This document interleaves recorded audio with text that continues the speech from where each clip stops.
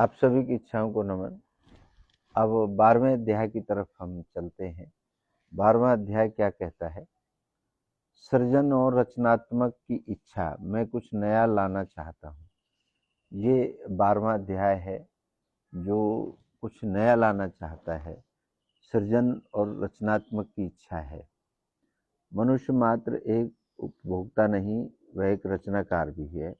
उसकी इच्छा में ब्रह्म का अंश है जो सृजन करता है, गढ़ता है, कल्पना करता है और उसे वास्तविकता में बदलता है। यह रचनात्मक केवल कला, संगीत, लेखन तक सीमित नहीं है। यह हर क्षेत्र में शिक्षा, व्यवसाय, सेवा, विज्ञान नई दिशा देने की क्षमता है। ये समझना कि मैं केवल यहाँ पर दूसरों के अनुसरण करने के लिए आया हूँ, इसको त्याग करके आप यहाँ बदलने आए हैं, कुछ करने आए हैं, कुछ नया रचने आए हैं। ये भी आत्मविश्वास आपके अंदर होना चाहिए। हमारा कथन है, स्वामी राजेंद्र देव जी कहते हैं, सृजन वह योग है जहाँ इच्छा उस परम इच्छा से के साथ नृत्य करती है।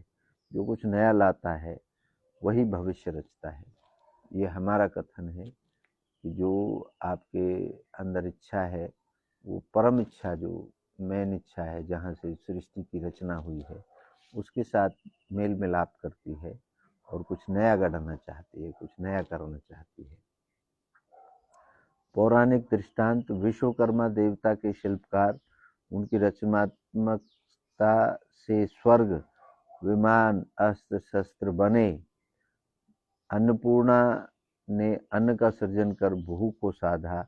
बालक ध्रुव की तपस्या रचनात्मक साधना थी, उसने ब्रह्मांड की व्यवस्था को नया केंद्र दे दिया। ये तीनों पुरानी कथाओं में उदाहरण हैं जिन्होंने बदलाव किए।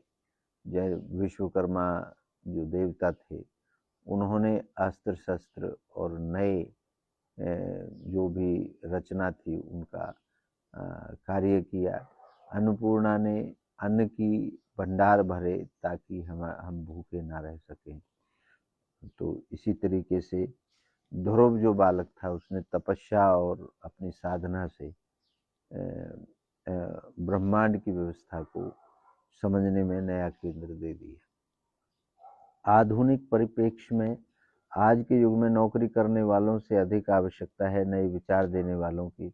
Startup, social innovation, green technology, शांति अभियानों से, ये सब रचनात्मक के आधुनिक स्वरूप हैं। आज नए नए जो युवा हैं वो नए नए स्टार्टअप कर रहे हैं, केवल नौकरी नहीं कर रहे, और उसके साथ सोशल जो इमेज है सोशल मीडिया पे, उसमें भी बड़ी बड़ी ऐप बना करके, बड़े बड़े वेबसाइट बना करके उनको नया आयाम दे रहे हैं। तो आप रचना कर सकते हैं, अपनी इच्छा को फलने फूलने दीजिए। यही हमारा मेन कहना है। बच्चों के लिए हमारे इच्छा पूर्ति धाम में भी कल्पना शिविर लगाए जाते हैं। युवाओं के लिए क्रिएटिविटी कार्यशालाएं लगाई जाती हैं। महिलाओं के लिए कला उद्योग प्रशिक्षण भी हमारे द्वारा चलाए जाते हैं और संतों के लिए ध्यान, सृजन, साधना जैसे अनेक कार्यक्रम चलाए जाते हैं। ध्यान से आप अपनी इच्छाओं को कैसे काबू पा सकते हैं। एक कथा है, एक ग्रामीण युवक जिसे कूड़ा कचरा बीनने का काम मिलता था। हमारे सानिध्य में वो आया। वहाँ उसके भीतर हमने जो वो उसकी कला थी उसको पहचाना और आज वह रिसाइकिल सामग्री से सुंदर मूर्तियां बनाता है और विदेशों तक उसकी मूर्तियां जाती हैं। उसने कचरे से ही उसको मूर्ति बनाने की प्रेरणा हमने दी और आज वो बहुत बड़ा व्यापारी है। उसकी मूर्तियां विदेशों तक पहुंचती हैं। वैज्ञानिक विश्लेषण, क्रिएटिविटी हमारे मस्तिष्क के प्रीफ्रंटल कॉर्टेक्स और डिफ़ॉल्ट मोड नेटवर्क से जुड़ी होती है। ध्यान प्राकृतिक वातावरण और आंतरिक शांति जिससे जुड़ी रचनात्मक को बढ़ाती है। विज्ञान भी मानता है कि ये एक केमिकल रिलीज होता है पॉजिटिव, जो हमारी क्रिएटिविटी को आगे बढ़ाता है। विज्ञान भी मानता है इस बात को। कुछ प्रश्न हैं आपके लिए जिनको आप विचार करके देखें। क्या आपको अपनी कल्पना को व्यक्त करने का कोई माध्यम मिला है? क्या आपको अपनी जो इच्छा है उसको व्यक्त करने का कोई माध्यम मिला है?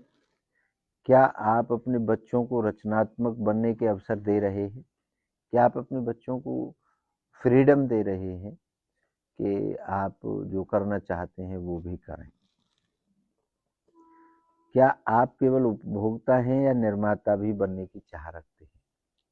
क्या आप अभी भी दूसरे के प्रयोगों को ही सर्वमान्य मानते हैं या खुद भी कुछ नया करना चाहते हैं?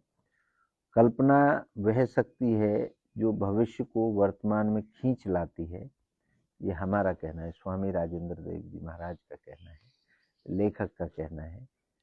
तो ये 12वां जो अध्याय है ये समाप्त होता है और ये यही बताता है कि आप नौकरी करते हैं तो कोई बात नहीं, उसके साथ साथ कुछ तो आपके अंदर एक ऐसी इच्छा है जो आप कुछ बड़ा करना चाहते हैं, कुछ नया करना चाहते हैं, तो उसको भी कम से कम 1 घंटा ज़रूर देना शुरू करें अपने समय में से निकाल के।